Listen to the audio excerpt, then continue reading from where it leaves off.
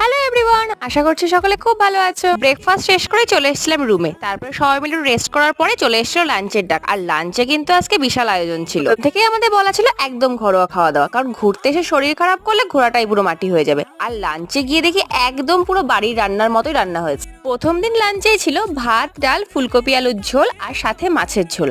আর এই পাহাড়ি স্টাইলের চাটনিটার তো কোনো তুলনাই হবে না।